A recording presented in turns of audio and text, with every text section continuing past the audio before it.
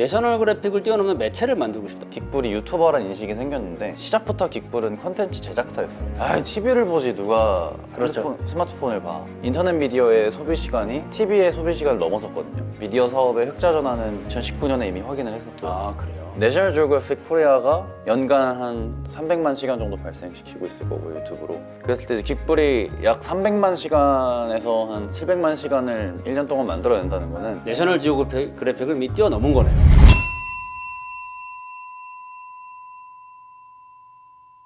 안녕하세요. 806 초대석입니다. 오늘은 120만 구독자를 보유하고 있는 과학공학 크리에이터이자 주식회사 긱불의 대표인 박찬호님 모셨습니다. 반갑습니다. 안녕하십니까. 예. 최근에 되게 기쁜 소식이 하나 있더라고요. 아, 지금 9년 만에 흑자 전환이라는 기사를 제가 접했는데 일단 축하드립니다. 감사합니다.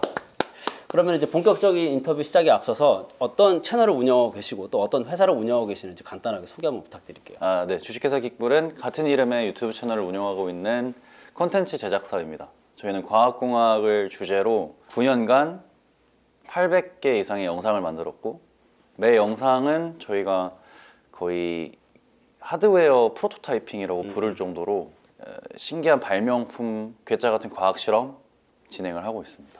그 긱불이라는 그 자체가 괴짜들의 좀 모임이다 그렇게 이름이 돼 있는 거잖아요. 제가 어제 보니까 어제 날짜로 영상이 888개? 거의 900개 가까이 올라왔던데 9년 동안 그러면 거의 매주 영상을 쉬지 않고 올리신 건가요? 평균적으로 일주일에 2개 꼴이었다고 생각하시면 될 것 같아요. 첫 영상도 기억하시나요? 네, 긱불의 첫 영상은 아이언맨 광자포라는 영상이었고 토니 스타크의 그 장갑을 실제로 만드는 것부터 시작을 했었습니다. 저도 봤는데 이렇게 만들어가지고 이렇게 여기저기 뿌리고 하는 그걸로 시작하셨더라고요. 그럼 긱불은 지금 찬호님이 대표로 계시고 다른 함께하는 크루들이 같이 있는 형태인가요? 네, 긱불은 저희가 약 20명의 구성원이 계시고요. 아 진짜요? 네. 많네요.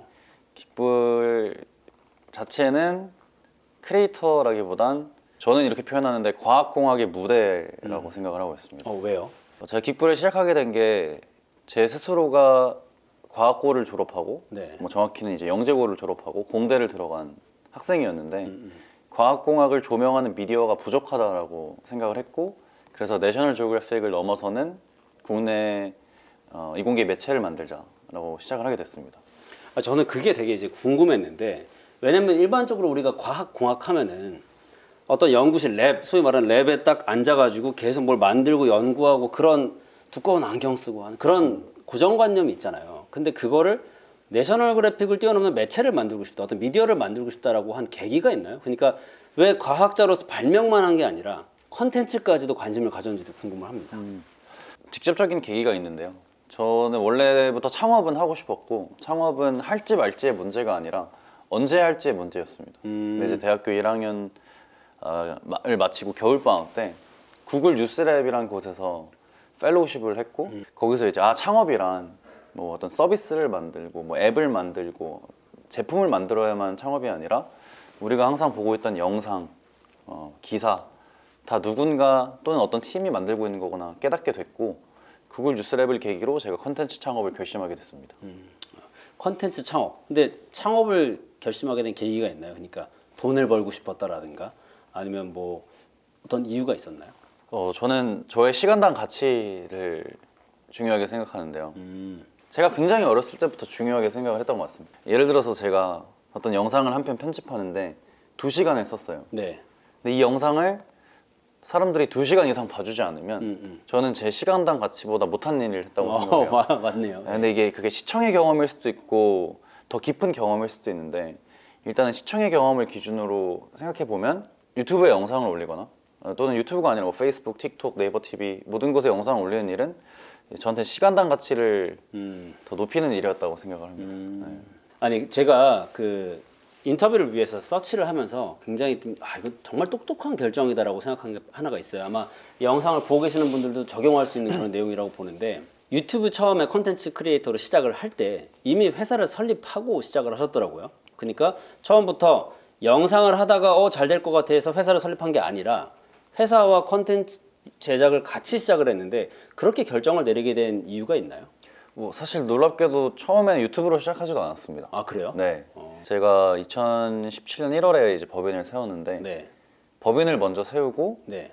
투자를 유치한 다음에 팀빌딩을 해서 3월 17일에 페이스북에다가 첫 영상을 올렸습니다. 페이스북에다가요? 네. 그래서 이제 유튜브가 워낙 커지고 유튜버라는 말이 보편화되면서 긱불이 유튜버라는 인식이 생겼는데 시작부터 긱불은 컨텐츠 제작사였습니다. 아, 그렇구나. 네, 그리고 이 컨텐츠 제작사를 시작하게 된 이유는 저는 기회는 변화에서 온다고 생각하고 여기서 변화는 항상 어떤 곡선 사이클의 형태를 띈다고 생각을 하는데요. 그게 이제 기술적 웨이브랑 문화적 웨이브 두 가지가 있다고 생각을 합니다. 기술적 웨이브라고 하면은 배터리 효율이 좋아져서 이제 전기차의 효율이 내연기관차보다 높아졌을 때 이게 이제 기술적 웨이브인 거죠. 일론 머스크 같은 사람은 그걸 이제 전기차 시장을 만들어낸 거고, 문화적 웨이브는 뭐 1인 가구가 많아지는 거. 이거는 과학적으로 설명할 수는 없잖아요. 그러니까 기술의 진보 때문에 일어나는 건 아니잖아요. 사람들의 인식이 바뀌어서 생기는 변화가 있다고 생각하는데, 제가 처음에 긱불을 법인으로서 만들 때는 레거시 미디어가 뉴미디어로 전환되는 시기였습니다. 이제 2017년도쯤에 인터넷 미디어의 소비 시간이 TV의 소비 시간을 넘어섰거든요. 사람의 하루 일과를 봤을 때 TV보다 스마트폰을 더 많이 보는 시대가 2017년부터 본격적으로 시작이 됐고, 제가 봤던 건 이 소비 시간 자체가 인터넷 미디어가 TV 시간을 추월하고 있었어요. 막 추월하는 중이었어요 그때. 그래서 그러면은 컨텐츠에는 기회가 있겠다. 그리고 뉴미디어는 아직 그 당시까지만 해도 방송사의 뭐 이렇게 얘기하면 좀 그렇지만 부장님들이 예. TV를 보지 누가 그렇죠. 스마트폰을 봐, 라고 하던 시절이었거든요. 결국 기존 플레이어들은 그 관성을 깨기 쉽지 않기 때문에 기회가 있다 생각했고, 비록 대학교 2학년이었지만 이거 바로 해야 된다 생각을 해서 휴학을 하고 긱불이라는 법인을 설립하게 됐습니다. 정말 공감하는 얘기고요. 사실은 저도 이제 여러 번 유튜브를 하다가 마지막으로 다시 한번 도전하자고 생각했던 게 2018년이에요. 그때 저도 똑같은 감정을 가지고 시작을 했었고, 지금 긱불님도 그때 정말 훌륭한 결정이 돼가지고 지금까지 왔다고 보는데 정말 공감합니다. 이제는 완전히 그 대세가 완전히 바뀌어버렸죠. 그런데 그럼에도 불구하고 여전히 수익화 모델이라는 거는 불안정하잖아요. 특히나 처음부터, 물론 지금 처음에 올리신 영상이 올리자마자 구독자가 3,000명이 나오는 등등의 어떤 반응이 있었지만 그게 비즈니스로 전환되기에는 쉽지가 않았을 것 같아요. 어떤 그런 과정에서 고민이나 어려운 건 없었나요? 기본적으로 미디어 사업은 광고업이기 때문에 이제 광고업을 통해서 미디어 사업의 흑자 전환은 19년에 이미 확인을 했었고요. 아, 그래요? 네, 결국 미디어 사업은 그 트래픽의 밸류를 어떻게 만들어내느냐인데 유튜브에다가 영상을 올리는 일은 뭐 조회수 1당 뭐 약 2원 정도의 수익을 가져다 줍니다. 그래서 100만 뷰를 만들었다 그러면 한 200만 원 정도를 버는 일을 한 건데, 크다면 크고 적다면 적지만 100만 명이 봐줬는데 200만 원 전 적다고 생각을 하거든요. 아까 얘기하셨던 그 시간당 가치에 좀 반하는 내용이네요. 그래서 시간당 가치를 이제 자본주의 관점으로 환산을 한 거죠. 그러니까 여기서는 이제 조회수당 얼마의 수익을 낼지를 트래픽 밸류로 가정한다면, 예를 들면 영화가 오프라인에서 상영되는 영화는 조회수 1이 약 15,000원인 거죠. 티켓 가격이 15,000원이니까. 그러면 제가 해야 될 일은 유튜브에서 주는 1원당 2원부터 극장에서 사람들이 1뷰당 15,000원을 내는 이 레인지 어딘가에 이제 긱불이 존재하는데, 그럼 이 조회수당 가치, 트래픽 밸류를 어떻게 만들어낼 거냐에서는 광고가 가장 효율적인 방법이었고, 이제 브랜디드 컨텐츠만으로 2019년에 미디어 사업분 흑자를 달성했습니다. 네. 커머스랑 교육 사업을 시작을 했고, 이 법인 전체를 봤을 때 흑자 전환을 달성한 게 2024년 4분기입니다. 네. 월 흑자는 간간히 있었던 적이 있는데 분기 흑자는 2024년 4분기가 처음이었습니다. 원래 전공이 어떻게 되시나요? 저는 컴퓨터공학과. 컴퓨터공학. 제가 대화를 나누면서 지금 느끼는 게 그 원래는 이게 인터뷰 내용이 준비한 건 아니지만 네. 의사결정 방식이 굉장히 공학도라는 느낌이 딱 들어요. 그러니까 굉장히 느낌으로 넘겨준다기보단 느낌이 있다고 하더라도 그 어떤 수치나 그런 흐름 같은 거를 되게 보고 하시는 것 같은 느낌이 드는데, 그러면 그 자기가 처음에 비즈니스를 설계할 때 있어서 처음부터 지금의 모습을 어느 정도 생각을 하고 가셨나요? 그리고 그거를 할 때 어떤 베이스되는 자기만의 어떤 확신이 있었을 것 같아요, 수치적인. 그런 거는 어떤 게 있었어요? 트래픽 밸류, 시간당 가치. 음. 네, 그러면 이제 총 발생시킬 수 있는 시간이 얼마냐가 중요한데 긱불이 2024년에 연간 약 320만 시간의 시청을 발생시켰고 2023년에는 한 740만 시간을 발생을 시켰습니다. 이게 1년 동안 700만 시간, 300만 시간을 만드는 게 어떤 의미야라고 하면 저는 이제 긱불의 내부의 벤치마크가 있고 외부의 벤치마크가 있을 텐데 외부의 벤치마크랑 비교를 하자면 내셔널 지오그래픽 코리아가 연간 한 300만 시간 정도 발생시키고 있을 거고 유튜브로 그 극장에서 개봉하는 영화들 극장에서 총 발생되고 있는 그 시청 시간을 다 합쳐보면은 대부분이 연간 1000만 시간을 넘지는 못할 거라고 생각합니다. 그러니까 500만 관객을 모은 2시간짜리 영화가 1000만 시간의 시청을 발생시키는 거거든요. 겨울왕국 2가 우리나라에서는 1300만 명이 시청을 했고 이거 러닝타임으로 계산해 보면은 이런 히트친 영화들은 1년에 2000만 시간 이상을 만들어내요. 극장에서만이죠, 사실 이건. 그랬을 때 긱불이 약 300만 시간에서 한 700만 시간을 1년 동안 만들어낸다는 거는 저는 이 카테고리 안에서 시청 시간은 대표적인 이공계 미디어가 됐고 만들 수 있는 만큼 만들었다 생각을 하고요. 내셔널 지오그래픽을 이미 뛰어넘은 거네요. 시청 시간으로는 시청 그렇다고 시간으로 봤을 생각합니다. 때. 네. 이 목표를 이미 달성을 해버려서 저는 좀 새로운 비전을 준비를 했고 앞으로 좀 더 달성해 나가려고 하고 있습니다. 그 비전에 대해서는 조금 이따가 다시 얘기를 해보도록 하고 네. 최근에 그 메타에서 대한민국에 딱 5명 초대받아가지고 가는 이벤트에 다녀오셨다고 들었어요. 맞습니다. 어떤 행사였나요? 이제 메타 커넥트라는 행사고 메타가 주기적으로 여는 행사입니다. 그리고 그 행사에서 메타의 1년치 계획이 발표될 정도로 메타는 굉장히 공들여서 준비한 행사이고 상당히 고무적인 건 원래 메타의 커넥트 행사에 크리에이터를 부른 적이 없어요, 오피셜리. 네, 24년도에 처음으로 크리에이터를 초청했고 국가별로 한국에서는 2개의 뭐 크리에이터이자 팀이 초대를 받았습니다. 빅불이랑 MBC 14F 팀이 초대를 받았습니다. 원래 지금 이제 대학생 때 처음에 컨텐츠 제작사로서 시작을 하고 그 다음에 그 전에도 아마 보면 공부를 되게 잘하셨던 것 같은데 공부 이외에도 자기가 흥미를 끄는 것들이 결국에는 발명이나 어떤 뭐 만들어내는 거였을 것 같아요. 학창 시절에는 어땠어요? 학창 시절의 박찬우는 지금에 비해서 어땠는지? 그 고등학교 때는 저는 이제 과학고 영재고의 커리큘럼대로 착실히 살았던 것 같습니다. 근데 이제 영재고 커리큘럼이 시험을 치는 건 아니에요. 그러니까 시험도 치지만 이제 R&E라고 해서 연구를 하는 프로젝트들이 많이 있었고. 아, 영재고에 가면 저는 일반고를 나왔으니까 네. 영재고는 그러면 어떤 사람들이 가는 곳이에요? 저는 이렇게 표현하는데 대한민국에서 과학을 제일 좋아하는 사람들이 가는 곳이라 생각합니다. 영재고에서 그럼 어떤 시간을 보내고 그다음 포스텍으로 갔나요? 아까 그 연구를 많이 하셨다고 하는데 영재고의 삶을 일반 사람들은 잘 모르기 때문에 어떻게 보냈는지 궁금해요. 딴짓을 많이 했습니다. 학교에서 그렇게 권장을 하나요? 딴짓을 하라고? 그렇진 않아요. 아무리 영재고여도 이제 대학교를 잘 보내는 게 학교의 KPI다 보니까. 아, 그렇구나. 네, 뭐 근데 수능 공부를 하는 학생들은 거의 없었고 이제 내신을 준비하는 게 중요했는데 저는 뭐 뇌과학 연구라든지 뮤지컬 동아리를 만들어서 뮤지컬을 한다든지. 아, 그래요? 뮤지컬도 했어요 그 안에서?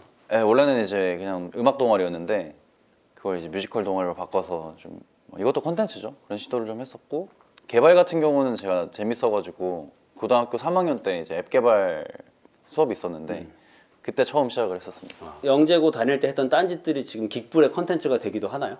크게 영향을 미친 것 같습니다. 그때도 뭔가 만드는 걸 좋아했고 뭐 로봇 같은 미니 로봇 만들기도 했었고 크게 도움이 되는 것 같습니다.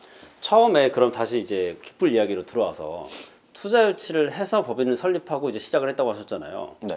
아직 학생이고 그 다음에 막 어떤 대단한 기계를 발명한다는 게 아니라 컨텐츠를 만든다는 걸로 투자 유치를 했을 텐데 그럼 누가 그 말을 믿어주고 투자를 했었는지 그런 것들 궁금해요. 어떤 식으로 사람들한테 가능성을 이야기를 해서 투자를 이끌어냈나요? 초기 투자자가 보는 건 저는 시장과 사람 두 가지라고 생각을 하는데 사실 아무리 좋은 제품을 이미 만들었어도 성장하지 않는 시장이면 쉽지 않고 일단 뉴미디어 시대가 온다라는 건 너무 명확했고요. 제가 설명하지 않아도 다 거기에 동의를 하는 상태에서 이과 출신의 대학생이 이과 미디어를 만들겠다고 하는 게 누군가는 경험이 부족하다고 봤을 수도 있지만 누군가는 상당히 도전적이고 해볼만 하다라고 느꼈던 것 같습니다. 그래서 뭐 대학교 신분이지만 투자를 먼저 받게 됐습니다. 지금까지 만들었던 콘텐츠 중에 가장 재밌었던 콘텐츠는 뭐예요? 만들기에 재밌었던. 저는 아이언맨 이후로 제가 영상 속 그 발명품을 직접 만든 적이 없습니다. 아 그래요? 네, 뭐 있긴 하지만 항상 옆에 저를 도와주시던 메이커분들이 계셨고 깃불이 첫 1년 정도는 제가 메인 출연자로 활동을 했지만 2018년, 19년도쯤부터 메이커들을 직접 조명하기 시작했거든요. 네, 저는 그때부터 이제 깃불의 진정한 무대로서의 역할이 시작이 됐다고 생각합니다. 지금 무대라고 표현을 여러 번 하셨고 또 긱불이라는 그 회사의 대표로 있잖아요. 네. 근데 이게 단순히 어떤 직장인들이 아니라 실제로 과학을 사랑하면서 만드는 것도 좋아하는 어떤 연구원이자 직원이자 또 크루이기도 한 사람들을 어떤 식으로 동기부여하고 이끌어가고 계세요?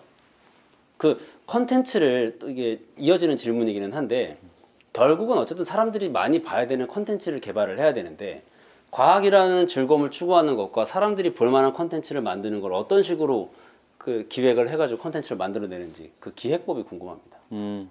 아이디어를 기획하는 고통은 꼭 과학이 아니어도 토크 포맷, 먹방, 음악 다 마찬가지로 어려운 것 같거든요. 어렵죠. 네.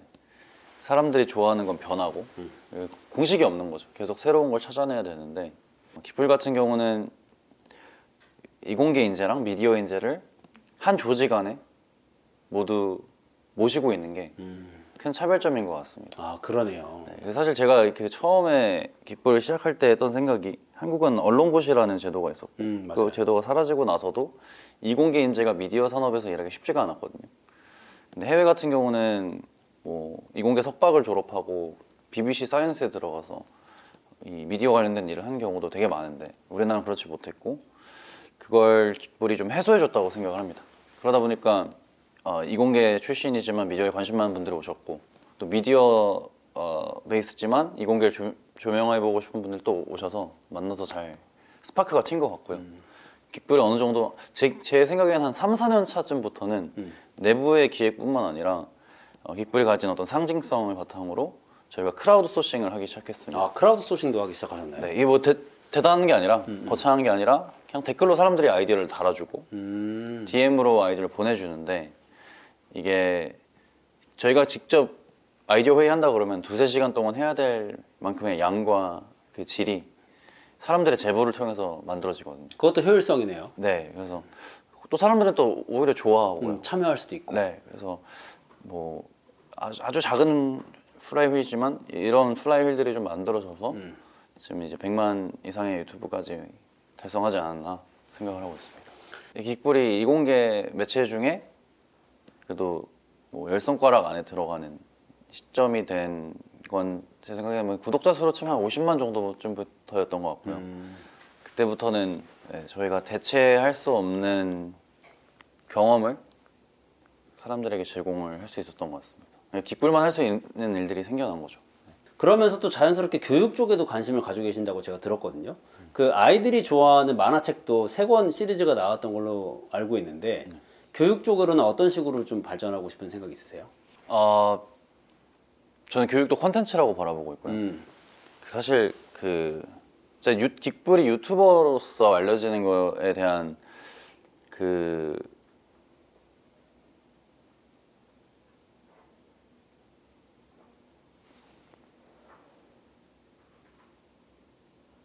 못마땅함이 좀 있어요.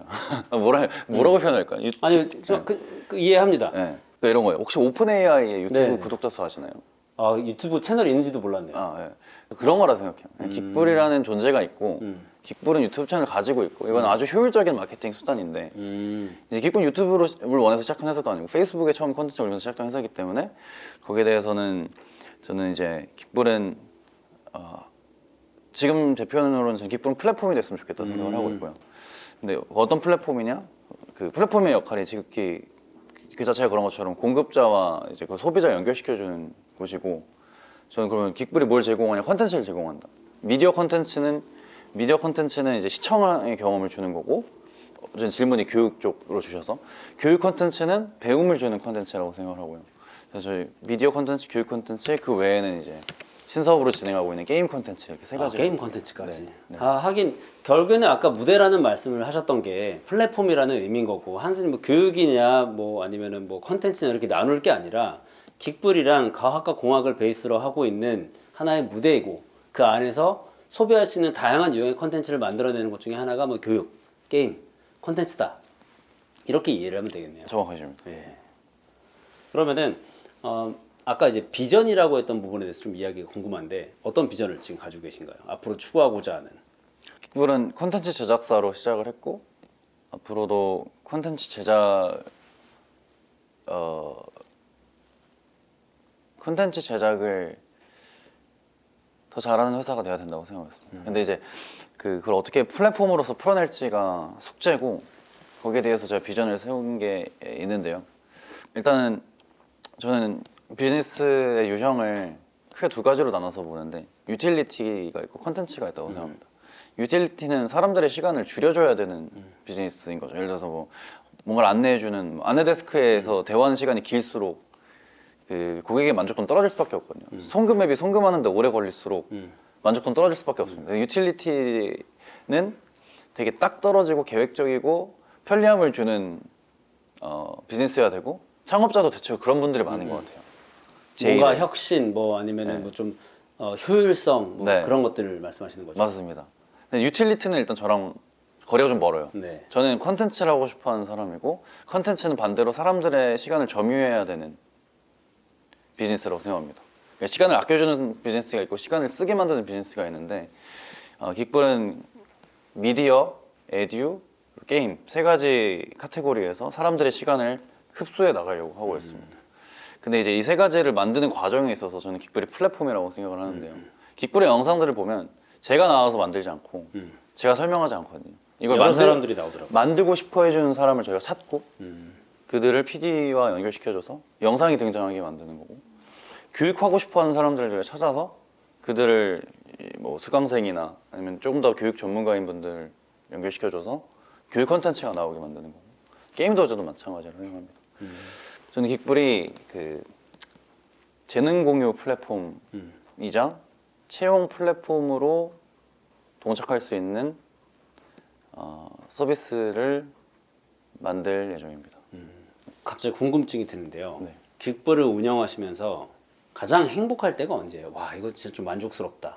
인생이 되게 길긴 하지만 저는 그 유년기에 만들어지는 기억이 되게 강렬하다고 생각을 하거든요. 어떤 콘텐츠가 제일 좋았어라고 물어보면 많은 사람들이 어렸을 때 본 것들을 되게 오래 기억하고 그 사람의 인생의 가치관에 영향을 미치는 것 같아요. 긱불 영상을 시청하고 긱불에 온 아이들을 보면 주로 초등학교 4학년에서 6학년 긱불의 영상 내용을 다 기억하고 있고요. 그래요? 긱불 투어를 할 때 와 저거는 뭐 갈키님이 저렇게 했던 건데, 이거는 제키님이 만들었던 건데, 이거 만들 때 나사가 빠졌었죠. 다 기억하고 있거든요. 저는 제 기대가 되는 거는 이 초등학생 시청자들이 성인이 됐을 때, 그리고 엄마가 됐을 때, 아빠가 됐을 때 그들의 가치관에 긱불이 어떤 영향을 미칠까, 뭐 기대가 되는 부분이자 동시에 또 제가 많이 신경 써야 하는 부분이라고 생각을 하고 있습니다. 그래서 그게 가장 기쁜 순간이고, 긱불은 이제 좀 명확해진 거는 인재를 발굴하고 인재를 육성하고 인재를 연결하는 일에 집중하려고 합니다. 긱불이 9년 동안 한 게 그거 같아요. 긱불은 제키라는 그때 고등학생이었지만 너무 능력이 뛰어난 사람을 찾아서 그 사람과 함께 영상을 만들었고, 그 사람과 함께 커머스를 시도했고, 제키라는 사람은 지금 다른 데에 가 있어요. 다른 회사에 취직을 했습니다. 발굴하고 육성하고 연결시켰거든요. 근데 저희 영상에 이제 힘숨찐들이라고 인터뷰 맞아요. 시리즈가 있어요. 막 해킹으로 킥보드 만드시고 뭐 킥보드 만든 분도 계시고, 발굴이죠. 이제 그런 분을 저희 커뮤니티 데려와서 육성시키고 또 좋은 곳으로 연결시킨다. 저희 에듀도 마찬가지예요. 초등학생, 중학생이지만 그런 사람들 중에 유망한 친구들을 또 발굴해가지고 저희 에듀 프로그램 통해 육성해서 보내드리는 방법. 긱불이 그 단순한 크루가 아니다라는 생각을 저는 창업 때부터 무의식적으로 하고 있었던 것 같아요. 좀 더 구체적인 계획으로는 제 교육관이 되게 명확한데 저 아이들의 시간이 너무 아깝다. 학교에서 또는 학원에서 허비하는 시간이 너무 아깝다. 초등학교 6학년, 그다음 3학년, 3학년, 12년. 물론 초등학교는 이제 좀 기초교육으로서 의미가 있다고 생각을 하는데 이 대입을 위해서 보내는 시간들이 너무 아깝고 저는 그게 국가적인 손실이다. GDP의 손실이다. 우리나라 사교육비 시장이 27조 정도 하는데 네. GDP의 1% 이상이고 아이들이 여기서 보내는 시간당 가치를 또 생각해 보면은 저는 GDP의 뭐 적어도 2, 3%는 교육 산업을 망치고 있다고 생각을 하거든요. 아, 근데 여기 부가적으로 미친 영향까지 생각하면은 예를 들어서 학부모가 여기 아예 학원 보내는데 들어가는 시간과 뭐 기름값 생각하면 훨씬 더 클 거예요. 이런 부가적인 교육 산업이 너무 우리나라한테 지금 오히려 발목을 잡고 있다 생각을 하고 심지어 지금 AI 시대적인 변화를 보면은 한 달도 아니에요. 막 몇 주 단위로 세상을 뒤바꿀 변화들이 나오고 있는데 저는 지금 제가 중학교 들어가는 학생의 학부모면은 중학교, 고등학교 6년 동안 이 애가 날릴 시간이 너무 아까울 것 같아요. 어떻게 하면 좋을까요? 6년 뒤면 세상이 다 바뀔 텐데 저는 중학교 때부터 매달 수능 쳐야 된다고 생각합니다. 아, 진짜요? 그래서 사회 진출을 하는 시기를 좀 앞당겨야 되고 이게 학교에서 배우는 게 아니라 그 기업들이 인재 육성에 대한 의무를 같이 나눠서 가져가야 된다고 생각을 해요. 아직은 되게 러프하거든요. 저도 이걸 본격적으로 한다 그러면은 교육 전문가분들 많이 모셔서 하나의 백서를 같이 만들어 보고 싶은 마음이 있는데 그래서 지금 그게 당장 어려워요. 뭐 중학교 자퇴하고 바로 기업에 들어가서 인턴해라 이거는 어렵고 제가 하고 싶은 거는 이제 긱불이 플랫폼으로서 기능한다고 말씀을 드렸는데 실제로 실무 능력이 있는 고등학생들을 기업에 인턴으로 보내주는 것부터 출발을 할 거예요. 이게 가장 직접적이고 성공 사례가 저희가 있다 보니까 고등학생쯤 되면은 진짜 대학교 전공한 사람보다 더 잘 할 수 있어요. 이제 정보도 너무 많고 뭐 AI도 너무 서포트를 잘해주기 때문에 배울 의지만 있다면 고등학생도 성인처럼 일할 수 있어요. 거기서 출발을 하는데 그 이제 앞뒤로는 중학생들을 저희가 에듀 프로그램으로 조금 더 교육을 시켜가지고 실무 능력을 충분히 학습시킨 다음에 이제 기업의 인턴십으로 연결시켜주는 작업도 하고 싶고 더 나아가서는 커리어 패스를 전환하고 싶어하는 뭐 사람들 은근히 이런 경우가 많은데 예를 들어서 건축업계 뭐 설계 쪽 업무 하시다가 갑자기 게임 업계를 가고 싶어하는 분들이 계세요. 뭐 그런 분들도 저희가 약간의 직능 교육을 해드려서 그 기업에 연결을 시켜드리고 싶다 이런 생각을 하고 있습니다.